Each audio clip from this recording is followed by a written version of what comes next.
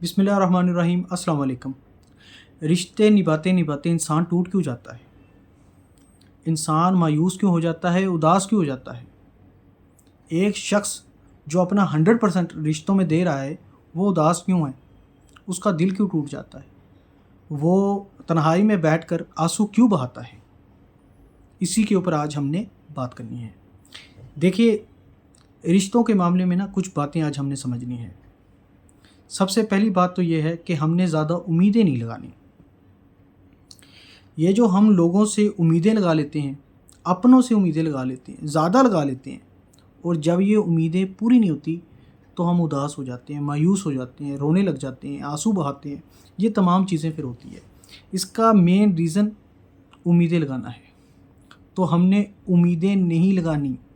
एक चीज़ हमने अपने आप को समझा लेनी है, अच्छे से समझा लेनी है, और वो ये है कि ये जो हमारी ज़िंदगी है, ये बड़ी छोटी सी है और मुख्तसर सी ज़िंदगी है।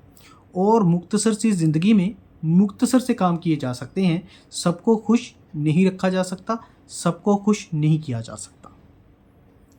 तो सबको खुश करने के आप मूड में ना रहिए। अगर आप इस लाइन पे चल पड़ेंगे कि मैंने सबको खुश रखना है, तो उस चक्कर में आप खुद को तबाह कर बैठेंगे। आप खुद को तबाह कर बैठेंगे। तो इस चक्कर में नहीं पड़ना हमने। अब देखिए, इस दुनिया में सबसे ताकतवर इंसान और बड़ा इंसान वो नहीं है जो पैसे में बड़ा है, शोहरत में बड़ा है, दौलत में बड़ा है। नहीं, इस दुनिया में सबसे ज़्यादा ताकतवर और बड़ा इंसान वो है जिसके अंदर बर्दाश्त करने की ताकत सबसे ज़्यादा है। अपने अंदर बर्दाश्त करने की ताकत लेकर के आए, लेके जाएं। अपने आप को सब्र की पीक के ऊपर लेकर के चले जाएं और उम्मीदें ना लगाएं। बर्दाश्त करने की ताकत रखें। अब देखिए, कुछ रिश्ते ऐसे होते हैं जिनको ना तोड़ा जा सकता है, ना छोड़ा जा सकता है, और ना उन रिश्तों से भागा जा सकता है।